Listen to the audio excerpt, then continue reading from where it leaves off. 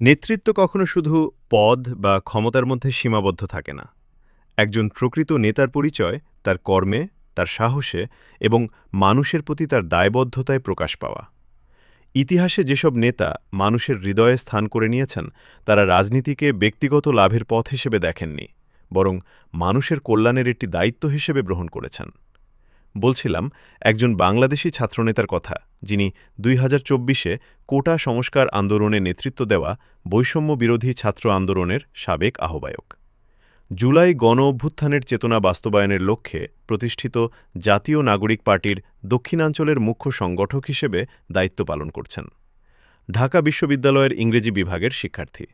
তিনি ২০২৬ সালে অনুষ্ঠিত ত্রয়োদশ জাতীয় সংসদ নির্বাচনে কুমিল্লা-৪ আসন থেকে বিপুল ভোটে বিজয়ী হয়ে সংসদ সদস্য নির্বাচিত হন।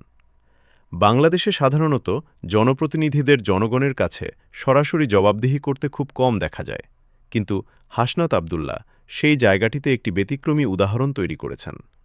তিনি জনগণের সামনে দাঁড়িয়ে বোর্ডে পেন্সিল দিয়ে লিখে লিখে দেখান একজন সংসদ সদস্যের দায়িত্ব কী, জনগণের জন্য কি কাজ করা তার কর্তব্য। এটি রাজনীতিতে স্বচ্ছতা এবং জবাবদিহিতার একটি নতুন সংস্কৃতি তৈরি করলেন।